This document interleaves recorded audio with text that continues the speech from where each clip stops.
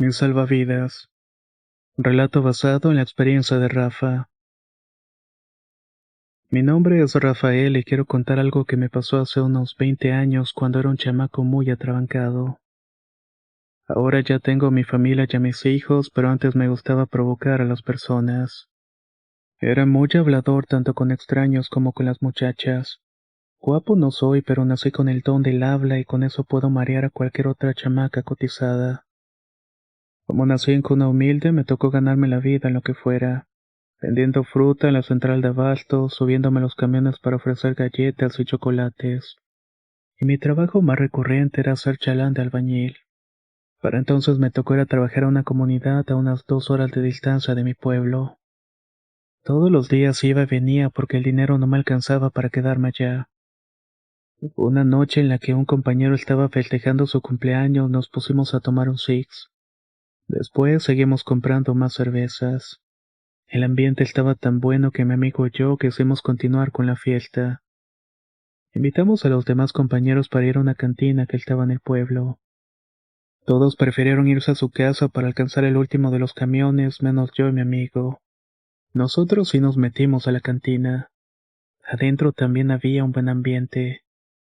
Yo no sabía nada, pero trabajaban algunas muchachas de la vida galante. A lo mejor era el alcohol o simplemente que soy menso de nacimiento. Pero llegó un momento de la noche en que apareció una muchacha bastante bonita. Traía minifalda y tacones de aguja, además de que su escote no dejaba nada a la imaginación. Como nosotros seguíamos tomando y ya se me había subido mucho, me animé a preguntarle cómo se llamaba, cuáles eran sus flores favoritas y cosas por el estilo. Ya saben, para ir suavizando la situación. Cuando me animé para preguntarle cuánto cobraba, la muchacha se enojó. Me dijo que ella no era una prostituta y que la dejara en paz. Pero una de las cosas que me pasa cuando ya estoy borracho es que me pongo muy necio. En lugar de irme, le pedí perdón y le dije que bailara conmigo y que nos podíamos conocer. Si no llegábamos a nada íntimo, pues nos hacíamos amigos. La muchacha ya estaba fastidiada de mí y se quiso levantar de la mesa, pero yo la agarré de la mano y me dio una cachetada. En el bar apagaron la música y se acercaron dos tipos, uno gordo con cuerpo de gorila y otro delgado, de esos cualquiera por los que no das ni un peso. El flaco me pidió que me largara y mi respuesta fue carcajearme y le dije que no estuviera molestándome. Bueno, ustedes se imaginan las palabras que usé en ese momento. El muchacho se prendió y le pidió al otro que me agarrara. Luego mi amigo, sin decir agua, va y le quebró una botella de cerveza en la cabeza al gorila. Ahí se levantó otro para meterse y rápidamente se armó una trifulca. Al final el gorila y el otro lograron someternos. El flaco nos pidió que nos sacaran y mientras los otros nos llevaban a rastras. El tipo delgado iba tras nosotros diciendo que tomarían rumbo para el río. Cuando llegamos a la orilla nos dieron una santa golpiza. Sinceramente no puedo creer que todavía el día de hoy siga vivo. Cada puñetazo en mi cara se sentía que me estaba reventando la piel y los huesos. En un momento comenzó a vomitar por los golpes en el estómago. Primero fue el alcohol y luego la sangre. Me golpearon tanto que al final perdí el conocimiento. La suerte de mi amigo fue igual que la mía. Luego de que se cansaron de darnos patadas y puñetazos, nos echaron al río. Me imagino que pensaban que nos iba a llevar la corriente, pero no había mucha y por eso no nos arrastró. Cuando me pude recuperar sentía mucho dolor y eso que estaba adormecido por el alcohol. Mi amigo ya no estaba junto a mí. Después supe que lo habían aventado en otro lugar del río. En ese momento tuve miedo. Estaba solo y sabía que me faltaba poco para morir. Desde muy pequeño he creído que la patrona de patronas es la reina de reinas. Estoy hablando de la Santa Muerte. La tengo tatuada en mi pecho porque ella me ha sacado de muchos apuros. Nunca me ha abandonado y esa noche me puse la mano en el corazón y le dije, Santita Blanca, si ya llegó mi hora no me voy a quejar. Lo único que te pido es que me dejes llegar a mi casa para que me pueda despedir de mi familia. Solamente eso te pido. Por favor, no me abandones. Me fui a gatas hasta que pude tocar la orilla del río. Ahí me levanté y estuve caminando por donde pude. Sinceramente no sabía dónde iba. No estoy seguro de la hora, pero la luna brillaba en lo alto. Esto me permitía ver en dónde estaba poniendo los pies. De pronto sucedió algo que nunca voy a olvidar. Escuché una voz delante de mí que me dio las buenas noches. Volteé y vi que era una anciana. No le pude ver la cara porque la traía tapada con un rebozo. Tampoco me hizo falta porque yo sabía exactamente bien quién era. La señora me dijo: mira cómo estás. Lo mejor es que te regreses a tu pueblo. Vente, yo te voy a decir dónde puedes agarrar el camión. En ningún momento le pregunté algo. Ni siquiera le contesté las buenas noches porque estaba muy impresionado. Como dije, la santa nunca me ha dejado solo. La seguí mientras comenzaba a sentir que me estaba pasando el efecto del alcohol. No les miento al decir que nunca he sentido tanto dolor en mi vida. Pero como pude le seguí el paso hasta que llegamos a una pequeña central de autobuses. Más que central, era una especie de terreno acondicionado en donde se estacionaban los camiones. Yo no la conocía porque siempre tomaba el camión cerca de la construcción. No sabía absolutamente nada de ese terreno. La señora me dijo que esperara ahí y que pronto saldría el primero. Sin agregar nada, vi cómo la ancianita se perdió en la oscuridad de la noche. En ese momento me conmoví mucho. Ella me había rescatado y supe que estaría en deuda. La deuda con la santa se pagan, y creo que todos los que escuchan mi experiencia y sean devotos suyos, lo saben perfectamente. Me quedé sentado en la banqueta pensando muchas cosas. ¿Quién era ese fulano y dónde estaba mi amigo? Y lo más importante, si iba a salir vivo de aquella. A lo mucho pasó media hora cuando llegó un señor. Al verme se hizo para atrás y se tapó la boca. No me había visto la cara, pero supuso que me veía bastante mal. El señor abrió el autobús y cuando me iba a subir me pidió que no lo hiciera, que pronto iba a llegar otro. Le pregunté cuál era el problema y entonces me respondió: así como vienes, te me vas a quedar en el camino. Ya no llegas y no me quiero echar otro problema. Mejor espérate el otro. Para hacerles el cuento largo, otros dos choferes me dijeron lo mismo. Ya comenzaba a clarear y mi cuerpo no resistía al dolor que estaba sintiendo. Cuando pasó el siguiente chofer le pedí que tuviera misericordia de mí, y lo único que quería era llegar a ver a mi mamá a mi casa. Me imagino que le toqué el corazón porque me respondió que estaba bien, pero que no me podía quedar dormido. Hasta me dejó comprar otro six de cervezas para ir tomando. En el camión iban otros dos señores a los que les invité una cerveza para ir platicando. El chofer no dijo nada, así que emprendí el camino hacia el pueblo. Para mi buena suerte no me dormí y pude llegar a casa. Mi mamá me estaba esperando al igual que mi hermana. En cuanto me vieron, se pusieron a llorar. Ellas también dieron por hecho de que me iba a morir. Hasta me comentaron que iban a llamar a un sacerdote. Le pedí perdón a mi mamá por todo lo que pude haber hecho en mi vida que le hubiera ofendido. Luego a mi hermana y por último decidí meterme a bañar. Ya en el espejo del baño vi mi cara por fin y entonces pude entender por qué todos reaccionaban de esa manera. Tenía un ojo tan hinchado que parecía que iba a reventarse. Toda mi cara estaba bañada en sangre seca y mi labio partido. Nunca más me volví a ver así. Hasta yo mismo me asusté al no reconocerme. De cualquier manera no me importó ya que estaba en mi casa. Eso era lo único que necesitaba. Me metí al baño y luego me fui a acostar. Di gracias a Dios por mi vida y por supuesto a la Santa Muerte por haberme guiado en los caminos. También por hacerme llegar a mi casa, así que cerré los ojos y me entregué al destino. En cuanto me desperté supe que le había librado. Ya no pude regresar a la chamba para recuperarme de los golpes, pero los mismos compas me informaron que mi otro amigo había sido encontrado por unos campesinos. Este estaba hospitalizado, pero había logrado sobrevivir. El flaco que mandaba a los otros era el hijo del dueño de la cantina, una persona que tenía bastante dinero. Además tenía la fama de desaparecer a la gente en el río y por eso lo conocen como el Río Negro. Yo ya no regresé al pueblo y traté de ser menos bocón y bajarle la tomadera. Además, mis encuentros con la Santa Muerte continuaron pasando, solamente que eso los voy a contar en otras historias.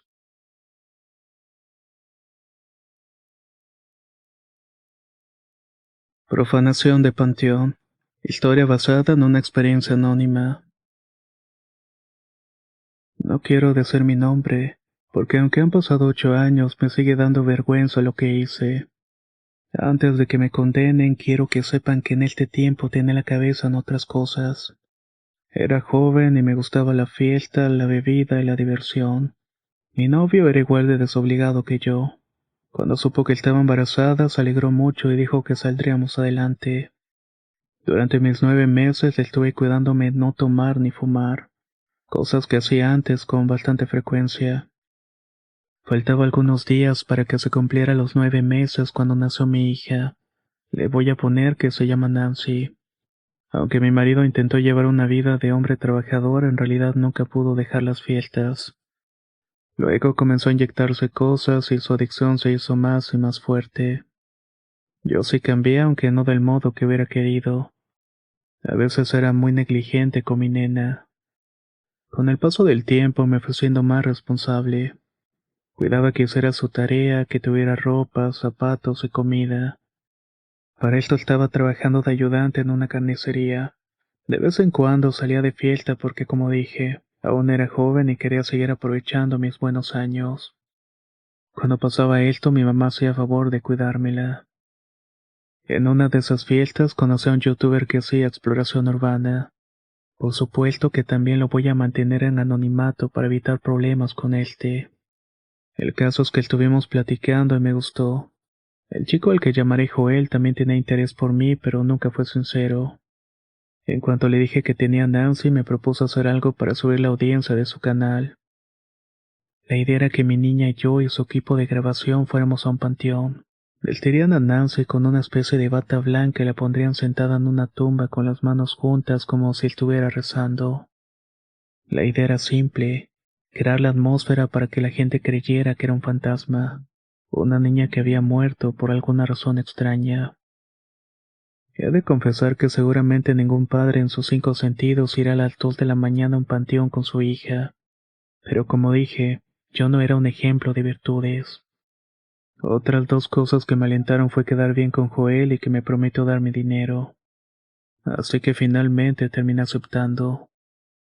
Para el siguiente fin de semana ya había hablado con mi hija para que supiera lo que iba a pasar. A Nancy le dio miedo y no quería, pero aseguré que todo estaría bien y que era un juego nada más. Luego de marearla con la promesa de comprarle un juguete, terminó aceptando. Para ese entonces mi hija tenía 5 años. Cuando llegué al panteón, Joel y su equipo ya estaban ahí. Le pusimos la bata y me enseñaron el lugar donde se iba a sentar la pequeña a rezar. Como la idea tenía que coincidir, escogieron una tumba de esas abandonadas. Lo único que decía era Guadalupe J. de 9 años. Como era de noche y será una toma rápida, nadie sospecharía de la verdadera edad de mi hija. Duramos alrededor de media hora haciendo la toma. Cuando terminamos, recibí el dinero que me habían prometido y además quedó de invitarme a cenar, algo que sinceramente nunca ocurrió. Sin perder más el tiempo, fui por mi hija que estaba temblando del miedo. Todavía cuando me acuerdo me dan ganas de llorar. Cuando le pregunté qué tenía, me contestó que había escuchado una voz que venía de la tumba. La abracé mientras le decía que lo había imaginado y que pudo ser el aire. Nos fuimos a la casa y ahí quedó todo, o al menos por esa noche. Cabe aclarar que el video le fue bastante bien. Muchos se dieron cuenta de que fue un montaje y otros sí se la creyeron. A Joel estaba yendo bien, mientras que a mí me fue todo lo contrario. Después de que fuimos al panteón, Nancy no fue la misma. Se despertaba todas las noches con pesadillas diciendo que una niña se la quería llevar. Yo no sabía qué hacer y fuimos a ver a un sacerdote, pero más que ayudarme me estuvo regañando por lo que había hecho. Entonces no tuve más opción que ir con una bruja. Me la había recomendado una de mis amigas diciendo que era muy buena en su trabajo. Mi pequeña lleva los huesos porque todo lo que comía le caía mal. Desesperada le conté lo que había pasado y me imaginé que también me iba a regañar. Pero más que enojarse, la vi muy preocupada. Acostamos a Nancy en una camilla donde la señora le estuvo pasando alcohol y también le colocó unas piedras en todo el cuerpo. Más que piedras parecían que eran unos cuarzos. Tengo el presentimiento de que la bruja no quería decirme la verdad, pero al final me dio la noticia de que mi hija ya no tenía salvación. No se deben profanar los lugares sagrados, comenzó a explicarme. El panteón es uno de los lugares que no se deben profanar porque no es un juego, y mucho menos debes llevar a los niños para hacerlo. Cuando hay un espíritu herido se va a adherir a lo que tenga menos protección, y los pequeños siempre son vulnerables. El espíritu de la niña de la tumba se había llevado a Nancy y no había nada que hacer. Yo no podía creer lo que me estaba diciendo. Busqué ayuda con otros brujos que me dijeron que hiciera esto y aquello, pero mi hija iba empeorando día con día. Con el paso del tiempo, Nancy dejó de responder. Ya no hablaba y tampoco se movía. No murió, pero quedó en un estado que le diagnosticaron como parálisis cerebral. Mi hija no se puede valer por sí misma, aunque nunca he perdido la esperanza y la he llevado a terapias. Pero sinceramente nada ha funcionado y sé que no funcionará. De mi vida de libertinajes no quedó nada. Me he dedicado por completo a ella y a trabajar. Mi madre sigue ayudándome a cuidarla porque depende totalmente de mí. Los doctores me han dicho que ese padecimiento es algo que no se puede evitar ni revertir. Pero yo sé que algo sucedió en el panteón aquella noche, y créame que me arrepiento de todo corazón. La cuenta de Joel cerró porque mucha gente se dio cuenta que sus videos eran fraudes y nunca más se supo de él. Ojalá ustedes no cometan los mismos errores que yo y sepan proteger a su familia. No se arriesguen a profanar lugares que van más allá de su entendimiento.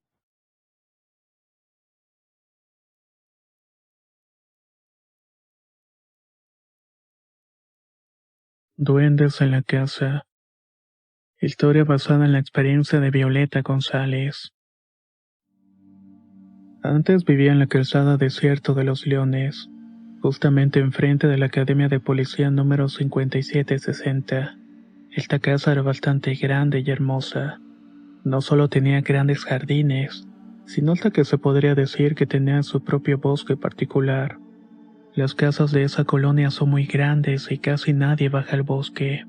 Solo se puede escuchar a lo lejos las jaurías de perros, ardillas y aves de todo tipo. Otras veces se escuchan los juegos de los niños del colegio Oxford. La verdad es que amaba mucho vivir en este lugar. Tuve una vida muy feliz con mi esposo. Aunque éramos solamente dos, la casa comenzó a parecerme muy grande y me dio mucho miedo. Una vez que quedé embarazada, la gente no quería dormir ahí. Solamente iban conmigo de entrada por salida. Esta casa fue heredada por la familia de mi marido, los Sáenz. El segundo apellido no lo mencionaré por respeto a ellos. Cuando nació mi hijo, todo cambió. Comencé a tener miedo porque veía cosas. Hasta en sueños se me aparecían seres horribles. Sin embargo, lo que más me preocupaba y que me hizo no regresar a la casa de mis padres fue cuando mi esposo llevó al bebé al jardín para tomarle unas fotos. Cuando la revelamos, vimos a un duende hembra, por así decirlo. Tenía la piel muy blanca y el cabello también era blanco, peinado en dos trenzas. Tenía puesto un mandil y zapatitos como si fuera una anciana diminuta. Ella miraba fijamente hacia donde estaba mi bebé. Me dio mucho horror mirarla y temí por la integridad de mi bebé. Ese día no pude más y me fui a la casa de mis padres llorando que no quería volver. Llegué a pensar que se trataba de un trauma posparto, pero había muchas otras cosas que no me cuadraban. Por ejemplo, dejaba cosas en algún lugar pero luego aparecían en otro. Si dejaba a mi bebé solamente por un momento, comenzaba a llorar sin parar. Otras veces sentía una mirada muy pesada mirándome fijamente, pero cuando volteaba únicamente miraba sombras. Dejé de contemplar el bosque por las ventanas de noche como me gustaba tanto, ya que tenía temor de encontrarme con algo que no quería ver. Le insistí mucho a mi esposo para que nos cambiáramos de casa hasta que finalmente me hizo caso. Acordamos venderla porque mi instinto de madre me dictaba que la vida de mi hijo estaba en peligro.